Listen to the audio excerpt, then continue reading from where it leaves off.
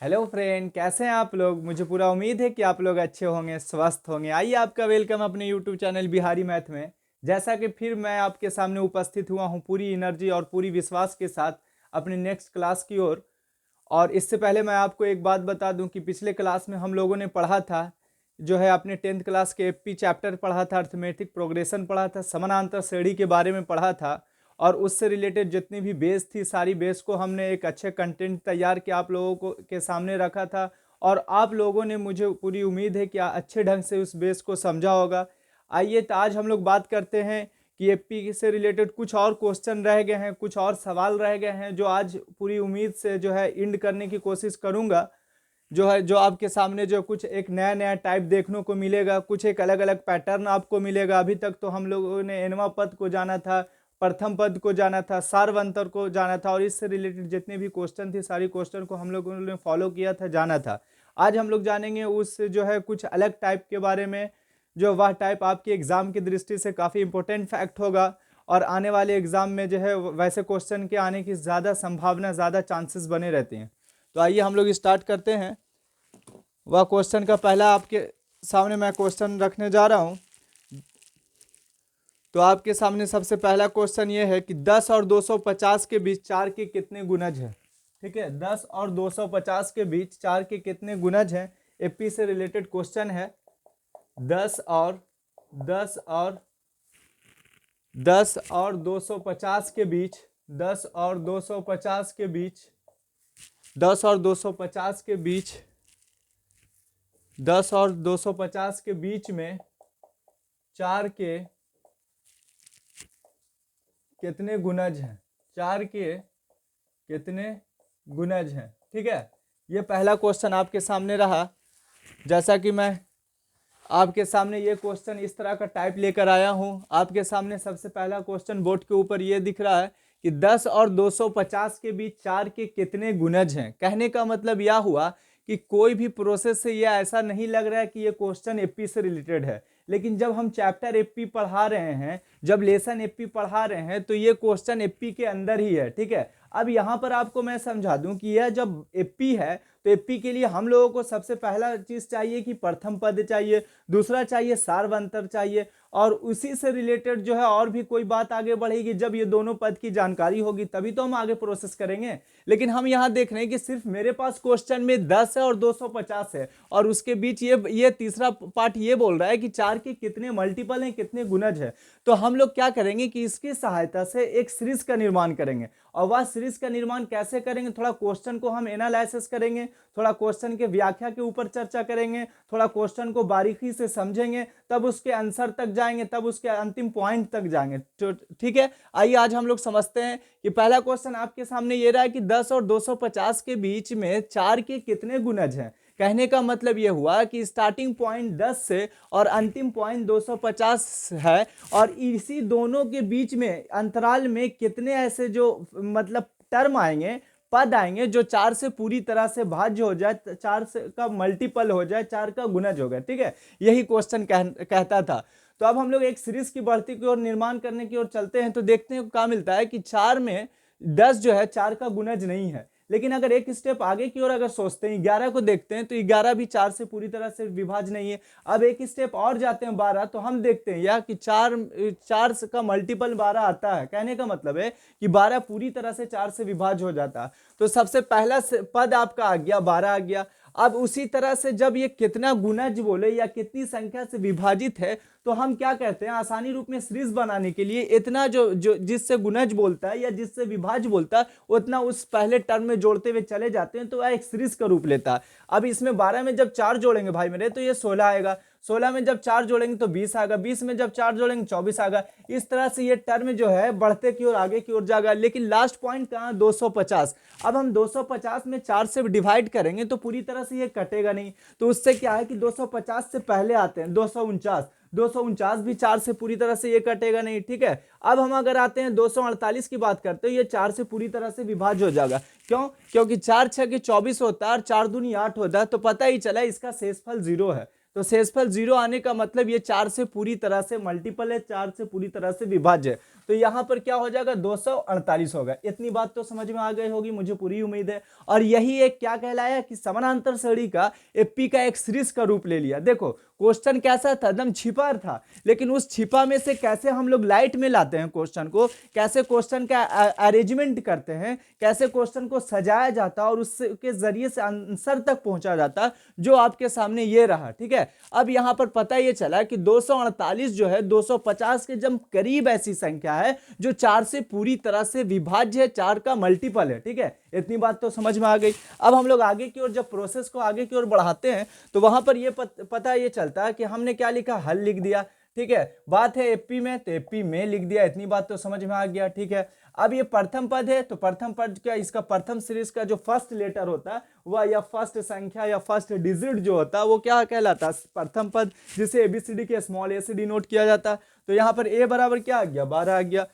अब सार्वंतर यानी common different, तो सार्वंतर के बारे में हम लोगों ने पिछले वाले क्लास में बताया था, बेसिक क्लास में, कि हर सेकंड टर्म में से फर्स्ट टर्म को जब हम लोग घटाया जाता है, सब्ट्रैक्ट किया जाता है, तो उस दौरान जो पद बचता है तो उसी को हम लोग क्या कहते हैं, सार्वंतर। तो यहाँ पर 16 माइनस क्या हो जाएगा, 12 इज इक्वल टू कितना हो गया, 4 हो गया। तो इस सीरीज से पता ही चला कि हम लोग अभी तक जो है ए का वैल्यू ज्ञात कर लिया एक सीरीज बनाकर, उसके सहायता से हमने डी का वैल्यू ज्ञात कर लिया। अब मेरे पास लास्ट प्रोसेस यही है। ठीक है, अब मेरे पास समझ में नहीं आ रहा है कि अब आगे स्टेप को बढ़ाएं कैसे। ठीक है, तो यहां पर हम देखते हैं कि डॉट डॉट को आगे जो मल्टीपल है 4 का होते गया, वहां लास्ट स्टेप क्या आया, 248। कहने का मतलब है कि इसका जो अंतिम पद होगा 248 तक ही 4 का गुणज मिलेगा। कहने का मतलब कि लास्ट जो टर्म होगा 250 के पहले 248 एक ऐसी संख्या हो जाएगी जो पूरी तरह से 4 से विभाज्य हो जाएगी। यानी कहने का मतलब ये हुआ कि अंतिम पद इसका कितना आया, 248। तो हम लोग अंतिम पद को हम लोग टीएन से डिनोट करते हैं, यानी हम कह सकते हैं कि टीएन इज इक्वल टू 200 क्या हो गया, 48 हो गया। यानी टीएन बराबर कितना लिख देंगे, 248। अब हम लोग आगे की ओर देखते हैं कि टीएन का जो फॉर्मूला होता है कि A plus N minus 1 into D होता है। कि किसके लिए फॉर्मूला होता है, टीएन के लिए। इतना इज इक्वल टू कितना हो गया, 248 हो गया। यहां से इसमें या का साइन दे दिया। अब ए का वैल्यू हम पुट कर देंगे, कितना 12 है यानी 12 है। एन का डी का वैल्यू तो निकालना है मुझे, डी का वैल्यू पुट कर देंगे 4 है। ठीक है, ये कितना हो गया, 248 हो गया। अब ये 12 हो गया, 4 में n से मल्टीपल हो जाएगा तो 4n हो जाएगा, प्लस गुने माइनस माइनस होता है, ये 4 हो गया। ये कितना हो गया, 248 हो गया।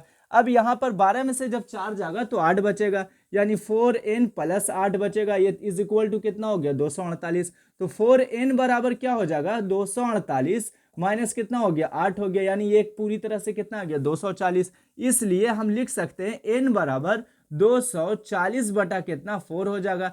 4 6 के 24 यानी 60। यानी कहने का मतलब है कि n का जो मान आया, पद जो आया, वो नंबर ऑफ टर्म जो आया 60 आया। यानी हम ये, इससे मुझे ये जानकारी पता चला कि 60 टर्म ऐसा आगा, 60 पद ऐसा आगा जो पूरी तरह से 4 का फैक्टर होगा, 4 का गुणज होगा। यही ये क्वेश्चन कहता था, जो मैंने आपके सामने काफी अच्छे ढंग से समझा दिया और मुझे उम्मीद है कि आपको भी अच्छे ढंग से समझ में आया होगा। ठीक है, जिस तरह से दूसरा पद 16 है, तीसरा पद 20 है, उसी तरह से पदों की संख्या 60 तक जो होगा वो जो पूरी तरह से 4 से विभाज्य होगा। जिस तरह से तीसरा पद 20 है वो पूरी तरह से 4 से विभाज्य है, चौथा पद 24 ये भी विभाज्य। इसी तरह से टर्मों की संख्या 60 लास्ट आगा जो पूरी तरह से 4 से क्या होगा, डिवाइड होगा। यही क्वेश्चन कहता था, जो मैंने आपके सामने काफी आसानी ढंग से एक अच्छे वे में आपको एक अच्छा कंटेंट तैयार करके मैंने बना दिया। ठीक है, अब हम लोग आगे की ओर क्वेश्चन चलेंगे, ये अच्छे ढंग से इसका स्क्रीनशॉट ले लें।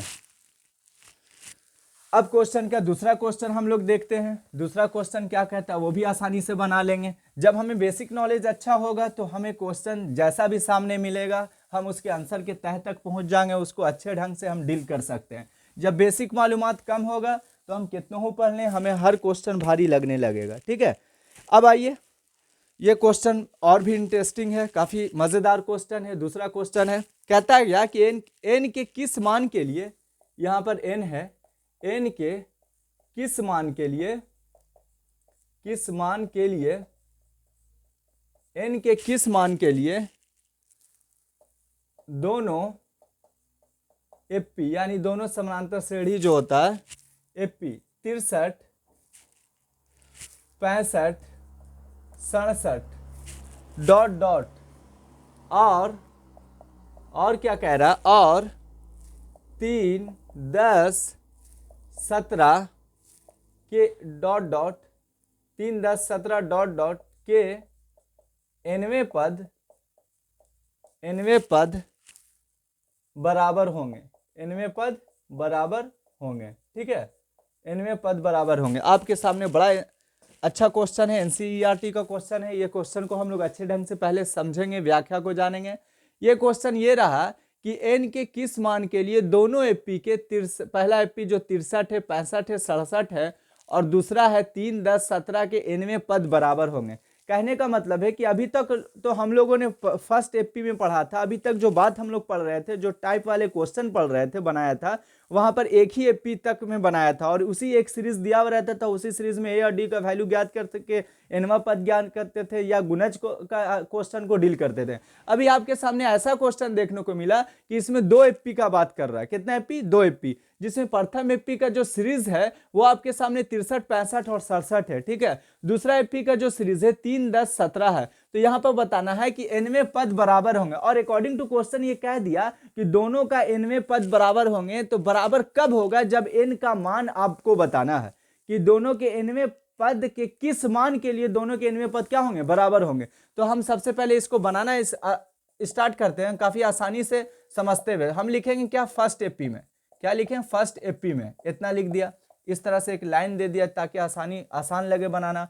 सेकंड एपी, ठीक है, ये लिख देंगे सेकंड एपी में। अब हम देखते हैं क्या कि प्रथम एपी का जो सीरीज है 63, 65, 67, इसमें जो सीरीज है 63, 65, 67, ठीक है, डॉट डॉट डॉट इस तरह का दिया हुआ।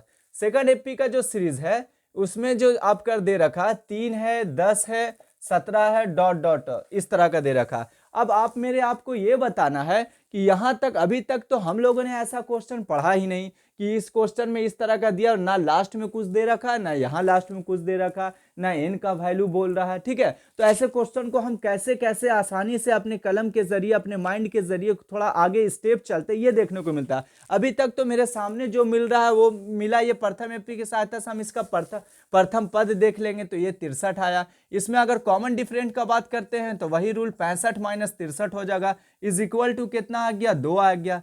इज इक्वल टू कितना आ गया? 2 आ गया। वही रूल यहां फॉलो करेंगे, इसके लिए इस सीरीज का प्रथम पद 3 हो जाएगा भाई मेरे। उसके बाद डी का जब वैल्यू ज्ञात करेंगे तो 10 माइनस 3 इज इक्वल टू कितना आ गया? 7 आ गया। ये भी बात समझ गया। अब हम लोग क्या देखते हैं कि इनका n के किस मान के लिए दोनों एपी के nवें पद बराबर हो। nवां पद बोला, nवां पद बोला, nवां पद का मतलब कि ये tn बोल रहा है। तो हम क्या करेंगे कि पहला एपी का tn को ज्ञात करते हैं। क्या आता है? तो प्रथम एपी में tn होता है, फॉर्मूला जानते हैं, a plus n minus 1 into D. तो a का वैल्यू क्या किया? 65 किया, प्लस n माइनस 1, डी का वैल्यू क्या निकाला? 2 निकाला। अब यहां पर देख रहे हैं कि 65 प्लस 2n माइनस 2 हो गया। इसको जब कैलकुलेशन में थोड़ा स्टेप जब आगे की ओर आएंगे, थोड़ा स्टेप को और आसान करेंगे तो हम कह सकते हैं ये हो गया 63 प्लस 2n। 63 प्लस क्या हो गया? 2n। उसी तरह से इसका हम nवां पद निकालेंगे। nवां पद जब इसका निकालेंगे तो फॉर्मूला जो n का होता है सबके लिए इक्वल होगा, a plus n minus 1 into D होता है। a का वैल्यू पुट कर देंगे 3 हो गया, n माइनस 1 डी का वैल्यू पुट कर देंगे 7 हो गया। अब स्टेप को 3 प्लस 7n माइनस 7 हो गया। इतनी बात तो समझ में आ गई होगी मुझे उम्मीद है। अब ये साथ में ये 7n हो गया, ये इसमें से जब घटाएंगे तो ये 4 आ गया। अब यहां तक हम लोग लास्ट लाकर पूरी स्टेप को कैलकुलेशन करके थक गए। अब करें तो क्या? यहाँ के आगे प्रोसेस का कोई समझ में ही नहीं आ रहा है कि ये फंडा बड़ा लॉजिक दिख रहा है कि अब मुझसे बाहर है। ठीक है, एक चीज़ और मैं बता रहा हूँ कि हर टीएन में मैंने फार्मूला को लिख रहा हूँ। तो क्या होता है भाई मेरे कि जब फार्मूला आपके सामने आए तो आप जितना ज़्यादा आप फार्मूला को आप अगर राइट डाउन करते हो, लिखते हो अपने कॉपी पर, तो उससे फायदा क्या होगा कि आपको फार्मूला आपके माइंड में काफ़ी लंबे समय तक याद रहेगा। आपका मेमोरी पावर फार्मूला में काफ़ी जो है फास्ट चलेगा। तो इसीलिए मैं बार बार फार्मूला भी लिख रहा हूँ और फिर उसके फार्मूला के हिसाब से जितना वैल्यू जो दे रखा उसके वैल्यू को पुट कर रहा हूँ। जब हम लोग यहाँ तक लाके थक गए, अब स्टेप को मैं आगे कैसे जाऊँ? अब समझ में नहीं आ रहा कि स्टेप को आगे की ओर कैसे निकालूं। तो यहाँ पर एक बार फिर से हम क्वेश्चन के ऊपर अपने दिमाग को दौड़ाएंगे, आंख को दौड़ाएंगे, देखते हैं क्या कि nवें पद बराबर होंगे अकॉर्डिंग टू क्वेश्चन। यानी ये बात प्रश्न से कह रहा है आपका कि इसके nवें पद प्रश्न से,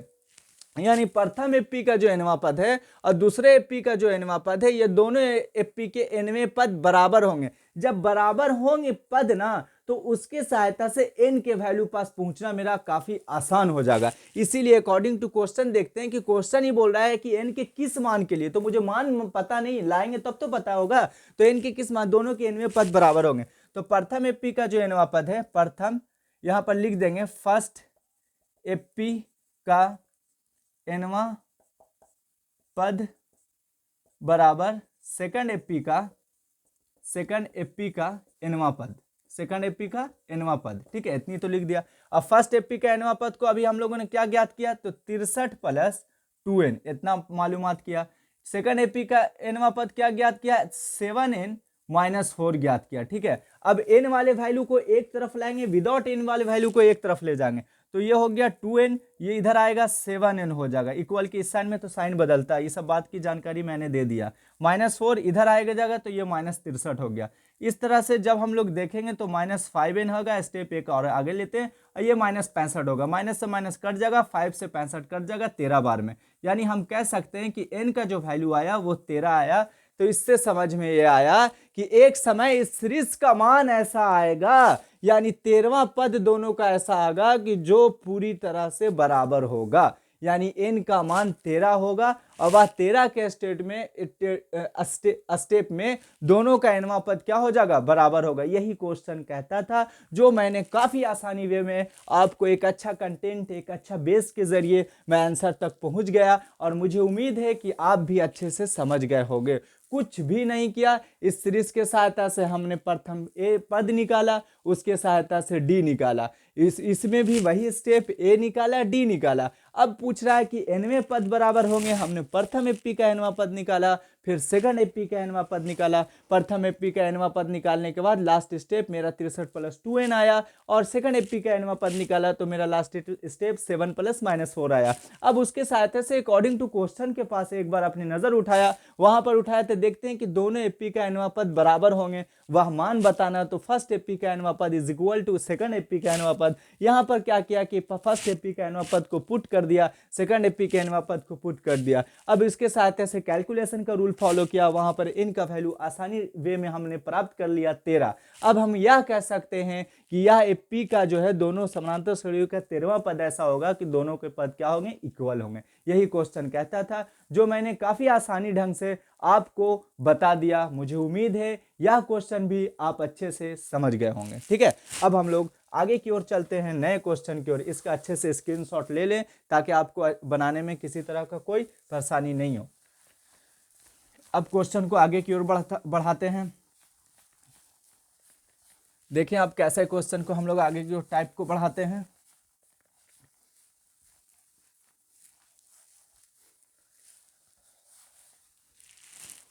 आइए अब नेक्स्ट टाइप की ओर जा रहे हैं हम लोग। वहां पर कहाँ जा रहे हैं, नेक्स्ट इसमें क्या रहा क्वेश्चन, तीसरा क्वेश्चन। ये बड़ा मजेदार क्वेश्चन है। 3 8 13 3 8 13 ... 253 में अंतिम पद से 20वां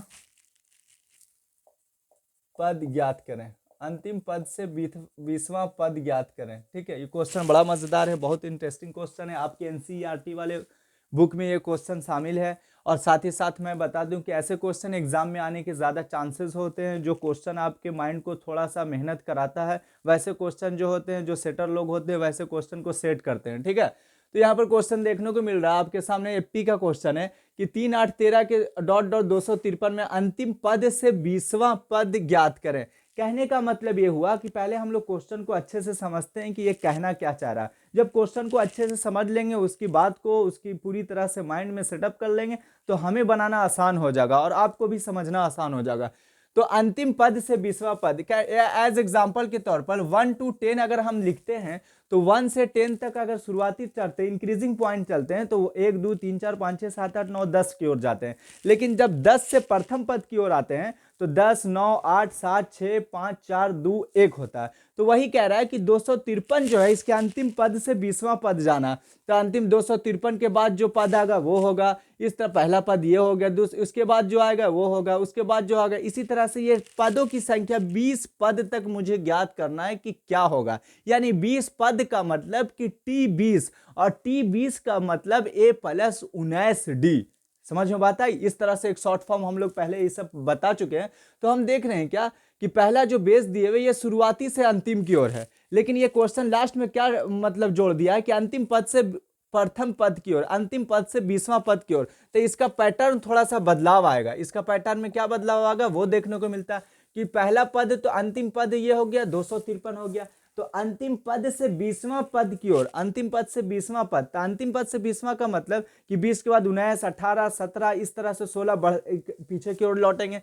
तो हम जब लौटेंगे तो एक चीज और मैं आपको बता दूं कि अभी तक हमने देखा कि यहाँ पर जो डिफरेंट है, यहाँ पर जो समरा एपी जो दे रखा है उसका जो सीरीज है उसमें आप चेक करके बता देंगे कि इसका डिफरेंस डी का वैल्यू 5 है। यानी कहने का मतलब कि यहाँ पर जो सारवंतर है वो 5 है, तो यहाँ पर भी सारवंतर 5 ही रहेगा, सिर्फ पैटर्न बदलेगा। क्या बदलेगा कि 253 से हम लोग जब आएंगे तो 248 पर आएंगे 19वां पद की ओर, 18वां पद अगर बात करते हैं और कमती आएंगे तो 243 की ओर आएंगे। इस तरह से एक समय ऐसा आएगा कि लास्ट वाला पद यहां तक लिख देंगे।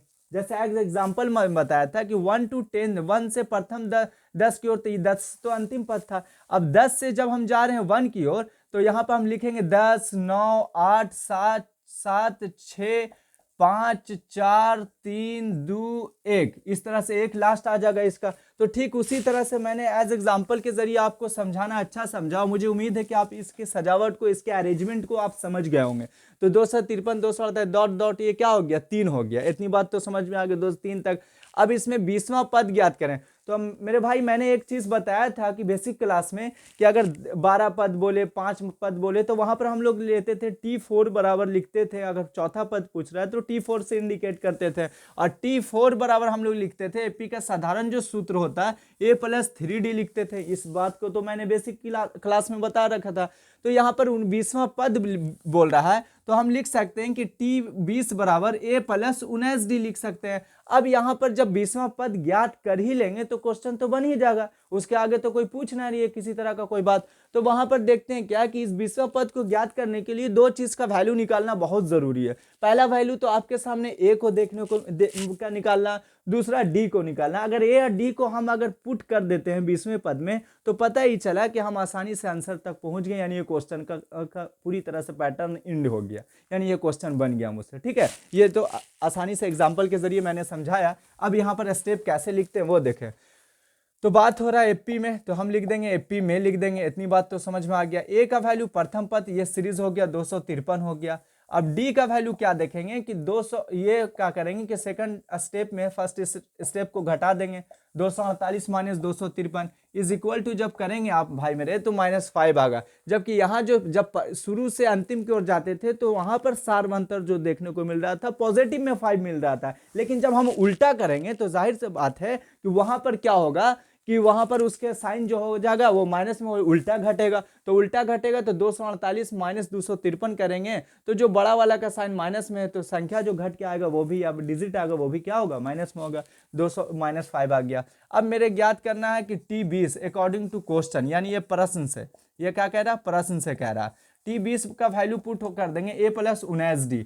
अब A का वैल्यू क्या दे रखा है 253 दे रखा है, ठीक है, और प्लस 19, और डी का वैल्यू क्या दे रखा है, डी का वैल्यू -5 दे रखा है। ठीक है, अब 253 यहाँ पर हो गया, 19 बचे कितना हो गया 95 हो गया। इतनी बात भी समझ में आ गए होगा। अब 253 से 95, 13 में से 5 गया, ये कितना बच गया 8 बच गया, ये बच गया 14 में से 9 गया 5 बच गया, और ये 1 बच गया, यानी ये इसका आंसर आ गया। अंतिम पद से 20वां पद जो इसका आएगा 158 आएगा। यही इसका क्वेश्चन पूछता था, यहीं तक क्वेश्चन को मुझे बताना था, जो मैंने आसानी वे में बता दिया। मुझे उम्मीद है कि यह स्टेप भी आपको अच्छे से समझ में आया होगा। ठीक है, अब मैं आपको एक स्टेप और बताने जा रहा हूं कि जब आपके क्वेश्चन में पहले इसको आप लिख लो, ठीक है, पहले इसको आप अच्छे ढंग से लिख लो या इसका स्क्रीनशॉट कर लें जल्दी में। क्या है कि मेरे पास टाइम बहुत कम है और मैं सोचता हूं कि आपको कम टाइम में ही थोड़ा क्वेश्चन की संख्या को बढ़ा दूं कि ताकि आपके आने वाले एग्जाम में क्वेश्चन का अच्छा प्रैक्टिस हो जाए और आने की ज़्यादा संभावना, ज़्यादा चांसेस बने रहें। ठीक है, अब देखो इसको हम लोग दूसरा स्टेप में कैसे बनाते हैं। अगर बात यहाँ पर कर ले, नोट कर लें ये सब, ठीक है, ये दूसरा सेकंड स्थिति में कैसे बनाया जाएगा इस स्टेप की सहायता से। ये जो प्रथम स्टेप है, जब अंतिम पद का अगर एपी में बात हो जाए, जब सीरीज में कोई अंतिम पद पूछे तो हम याद रखेंगे कि अंतिम पद जब अगर बात करें एपी में तो अंतिम पद को हम लोग एबीसीडी के स्मॉल एल से डिनोट करते हैं। किससे? स्मॉल एल से डिनोट करते हैं, ठीक है, स्मॉल एल से लिखते हैं। अब अंतिम पद को हम लोग क्या कहेंगे? स्मॉल एल के नाम से जानते हैं। तो अंतिम पद से प्रथम पद की ओर सूत्र होता है, अंतिम पद से प्रथम पद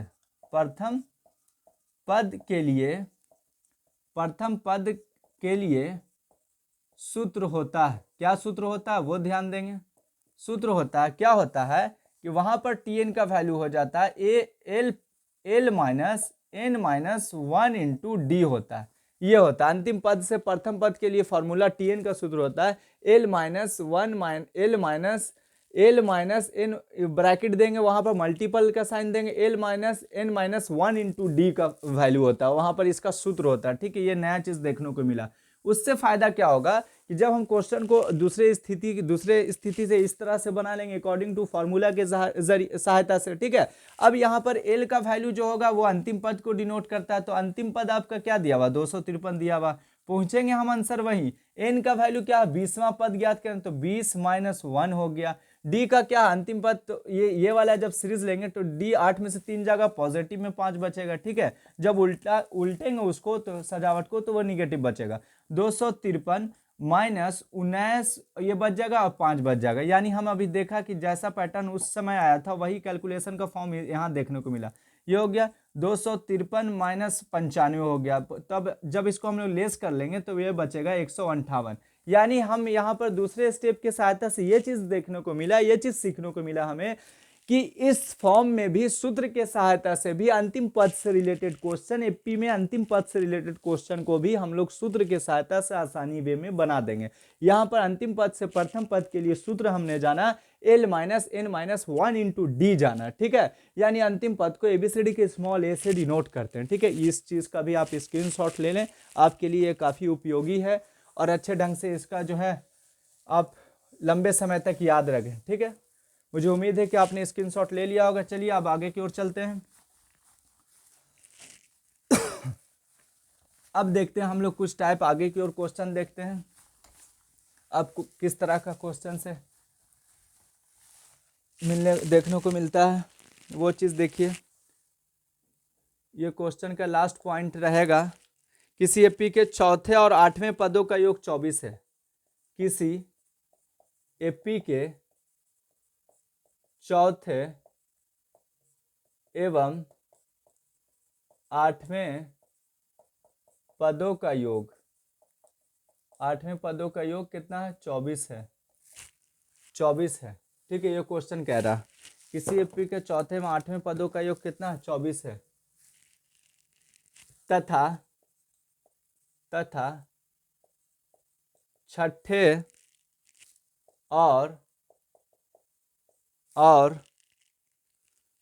और 10वें पदों का योग 10वें पदों का योग 44 है। ठीक है, तो इस एपी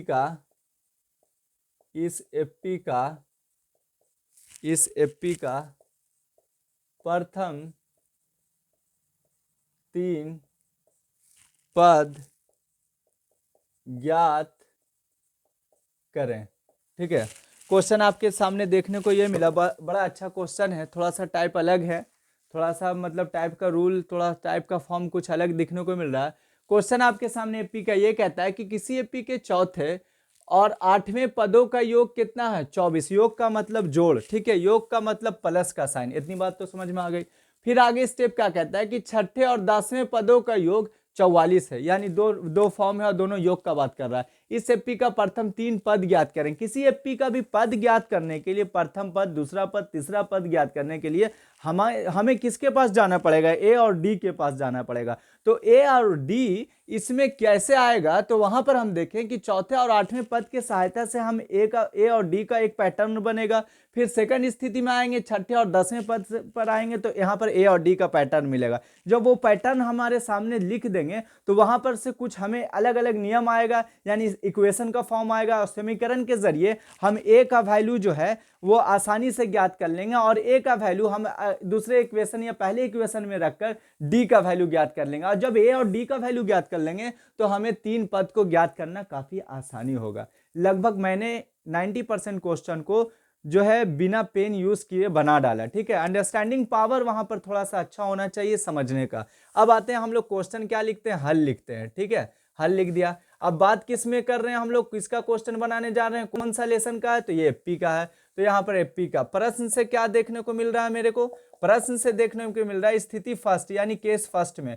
केस फर्स्ट क्या बोल रहा है? चौथे और आठवें। तो चौथा पद को हम लिख सकते T4 टर्म यानी T4 लिख सकते हैं और 8 में T8 हो गया। और ये दोनों का योग कितना दे रखा है? 24 दे रखा है। इतना मैंने लिख लिया, इतना तक तो समझ में आगे होगी आपको बात। T4 को हम साधारण फॉर्म एपी का जानते हैं A+3D। T8 के लिए जानते हैं A+ कितना होता है 7D इज इक्वल टू कितना आ गया 24 आ गया। यहाँ पर या का साइन दे देंगे। अब यहाँ पर ए और ए जब जोड़ देंगे अलजेब्रिक फंक्शन में, जब कोई जुड़ता है पॉजिटिव साइन में तो ए जुड़ेगा तो 2 हो जाएगा। जिस तरह से डिजिट में एक एक जोड़ के 2 आता है उसी तरह से अलजेब्रिक फंक्शन का भी रूल वही होता है। ए जुड़ेगा तो कितना हो जाएगा 2a। अब यहाँ पर 3d और यहाँ पर 7d जब जुड़ जाएगा तो ये 10d हो जाएगा इज इक्वल टू कितना हो गया 24 हो गया। यहाँ तक तो आप समझ गए होंगे, ये यहाँ तक तो पार्ट को आसानी वे में समझे होंगे। अब देख रहे हैं इसमें 2a है, इसमें 10d है, तो 10 में 2 का मल्टीपल है। यहाँ पर हम आसानी थोड़ा स्टेप आसान करने के लिए हम गुना कर भी सकते हैं ना भी कर सकते हैं। अब यहाँ पर क्या किया मैंने, मतलब स्टेप को आसानी से कॉमन ले लिया। क्या क्या 2 कॉमन लेंगे तो a+5d हो जाएगा, ये इसको ब्रैकेट के अंदर रख देंगे। ठीक है, ये 24 हो गया। इस तरह से ये 2 से 12 बार में कट जाएगा, यानी ये लास्ट फॉर्म इस तरह का आएगा। अब आगे छेड़छाड़ कुछ भी ना हो सकता है। इसको कुछ पल के लिए इक्वेशन फर्स्ट मान लिया। इतना तक तो समझ में आ गई होगी, यहाँ तक तो किसी तरह का कोई प्रॉब्लम नहीं हुआ होगा। अब स्थिति सेकंड के पास देते हैं। स्थिति सेकंड क्या कहता है कि वहां पर कह रहा है कि छठे और 10वें पद तो T6 हो गया और यहाँ पर 10वां पद तो T10 हो गया इज इक्वल टू कितना दे रखा है 44 है। हमने 44 पुट कर लिया। कुछ भी ना करना है, जैसे क्वेश्चन पूछ रहा है, जैसे सवाल पूछ रहा है वैसे वैसे हम स्टेप को, कलम को, माइंड को आगे की ओर बढ़ाते चले जाएंगे। T6 का वैल्यू लिख देंगे a+5d लिख देंगे और T10 का वैल्यू लिख देंगे a+9d लिख देंगे इज इक्वल टू कितना आ जाएगा भाई मेरे 44 आ जाएगा। अब यहाँ पर ए जिस तरह से पहला स्टेप में ए जोड़ा तो 2a हो गया, उसी तरह से यहाँ पर भी वही रूप देखने को मिल रहा है। ए जोड़ेंगे 2a हो जाएगा, 5d में 9d जोड़ेंगे तो ये हो जाएगा 14d इज इक्वल टू कितना हो जाएगा 44 हो जाएगा। 2a का मल्टीपल 2 है, d 14 में भी मल्टीपल 2 का, तो हमने 2 कॉमन ले लिया। a प्लस ये कितना हो गया 7d इज इक्वल टू कितना हो गया 44 हो गया। इस तरह से ये 22 बार में क्या हो गया कट गया। a+7d इज इक्वल टू कितना आ गया 22 आ गया। समझ में बात आया? यहाँ पर इसको कुछ पल के लिए इक्वेशन क्या मान लिया सेकंड मान लिया। यहाँ तक तो समझ गए होंगे, यहाँ तक तो प्रॉब्लम नहीं हुआ होगा। अब हम क्या करते हैं कि इक्वेशन फर्स्ट और सेकंड को क्या करते हैं, समीकरण फर्स्ट माइनस सेकंड। जैसा कि मैंने ऐसे ऐसे क्वेश्चन को सब पिछले वाले क्लास में बताया था कि जब इक्वेशन का फॉर्म हो जाए और यहाँ पर ए का वैल्यू ये मतलब बिल्कुल अकेला है, ये भी अकेला, तो आसानी वे में जब हम घटा देते हैं तो हमें आंसर तक आसानी से पहुँचना आसानी से हम पहुँच जाते हैं, कहीं पर कोई प्रॉब्लम नहीं होता। तो समीकरण ए 1 माइनस सेकंड करते हैं तो 1 का वैल्यू a+5d पुट कर देंगे। a+5d इज इक्वल टू कितना है भाई मेरे, तो यहाँ पर है 12 है। ठीक है, सेकंड इक्वेशन का देखते हैं a+7d इज इक्वल टू कितना है 22 है। अब यहाँ पर हम क्या करते हैं कि एक लंबा पाई खींच देते हैं, एक लंबा लाइन दे देते हैं। अब यहाँ पर ये पॉजिटिव, यहाँ पर इसका सेकंड इक्वेशन का साइन हमेशा माइनस में रखेंगे क्योंकि किसको घटाया जा रहा है इक्वेशन सेकंड को। अब ये पॉजिटिव है तो ये निगेटिव, ये पॉजिटिव है ये निगेटिव, ए पॉजिटिव से निगेटिव क्या हो गया कट गया, कहीं पर कुछ ना बचा। अब यहाँ पर पॉजिटिव था लेकिन अब इसका साइन बच गया माइनस में, तो 7 का वैल्यू अब माइनस में गिनती होगा ना कि प्लस में, क्योंकि इक्वेशन को हमने घटाया है। तो 7 में से 5 गया 2 बच गया, लेकिन ये माइनस में की संख्या ज्यादा है तो -2d हो गया। उसी तरह से ये बच जाएगा -10 बच जाएगा, माइनस से माइनस क्या हो जाएगा, कट जाएगा भाई मेरे। डी का वैल्यू क्या होगा, 2 पचे क्या हो जाएगा, 5 हो जाएगा भाई मेरे। अब यहाँ पर डी का वैल्यू कितना आ गया, 5 आ गया। इतनी बात तो समझ में आ गई होगी, यहाँ तक तो किसी तरह का कोई प्रॉब्लम नहीं हुआ होगा, मेरी उम्मीद है। अब डी का मान इक्वेशन फर्स्ट या सेकंड किसी में भी आप रख सकते हो, आसानी वे में हम फर्स्ट में रख के देख लेते हैं। डी का मान समीकरण फर्स्ट में रखने पर, ठीक, समीकरण फर्स्ट में रखने पर, ठीक है। आगे प्रोसेस क्या देखते हैं कि समीकरण फर्स्ट का चेहरा ये रहा आपके सामने, a + 5d is equal to 12, a + 5d is equal to 12, a + 5d is equal to कितना, 12। डी का वैल्यू ज्ञात करना है, ए को छेड़छाड़ नहीं करेंगे। 5 डी का वैल्यू कितना है, 5 है, ये कितना हो गया, 12। ए का वैल्यू करेंगे 12 - 25 हो जाएगा। थोड़ा स्टेप को मैं जल्दी कर दिया, आप समझ गए होंगे। 25 × 25 25 प्लस में, ये पटी जाएगा माइनस में। यहाँ पर क्या बच जाएगा, a + 5d देखा, ठीक है, इतनी बात तो समझ आ गया। a + 5 × 25 हो गया, 12 हो गया, ठीक है। ये हो गया, डी का मान रख रहे हैं। ये हो गया 5 में से 2 गया, 3 आ गया, 2 में से 1 गया 1, ये डी का वैल्यू -13 आ गया। ए का वैल्यू कितना आ गया, -13। अब मुझे ज्ञात करना है 3 पद, एपी का मुझे क्या ज्ञात करना है, 3 पद। तो एपी के 3 पद होंगे, क्या होंगे, तो हम लोग एपी का सिंपल फॉर्म जानते हैं। एपी का साधारण जो सूत्र होता है a + d, a + 2d, ठीक है। 3 पद पूछे तो एक घटा देते, ये सब सारी बात मैंने बताया है। अब a का वैल्यू कितना आ गया, -13 पुट कर देंगे। अब यहाँ पर a का वैल्यू -13 प्लस d का मान अभी कितना प्राप्त किया, 5 प्राप्त किया, 5 को पुट कर देंगे। ये एक स्टेप हो गया, ठीक है। दूसरा आ रहा है a का वैल्यू कितना आ गया, -13 + 2, डी का वैल्यू कितना आ गया, 5 आ गया, ये स्टेप हो गया।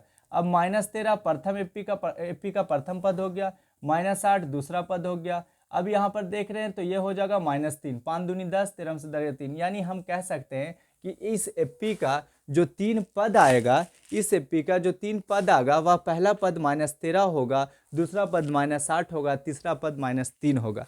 मुझे उम्मीद है कि आप लोग भी ये क्वेश्चन को काफ़ी अच्छे ढंग से समझ गए होंगे, कहीं पर किसी तरह का कोई प्रॉब्लम नहीं हुआ होगा। चलिए आज का क्लास इतना ही रखते हैं, क्योंकि वक्त बहुत हो गया, टाइम बहुत हो गया है, समय काफ़ी आगे चल गया है, तो इसलिए मैं चाहता हूँ कि यहीं पर अपने पूरे क्वेश्चन को विराम रखा जाए। फिर हम लोग एक नए क्लास में कल मिलेंगे, पूरी नए एनर्जी, पूरी ईमानदारी और विश्वास के साथ, पूरी लगन के साथ आप अपने काम पर ध्यान दें। आपके आने वाले एग्ज़ाम के लिए काफ़ी एक अच्छा प्लान हो, और जितना भी कंटेंट मैंने बताया है चैप्टर एपी से रिलेटेड सारे को आप अपने माइंड में रखे रहें। आप अपने कॉपी पर ऐसे ऐसे क्वेश्चन को प्रैक्टिस करते रहें, ताकि आपका मेमोरी थोड़ा फास्ट हो मैथ के प्रति।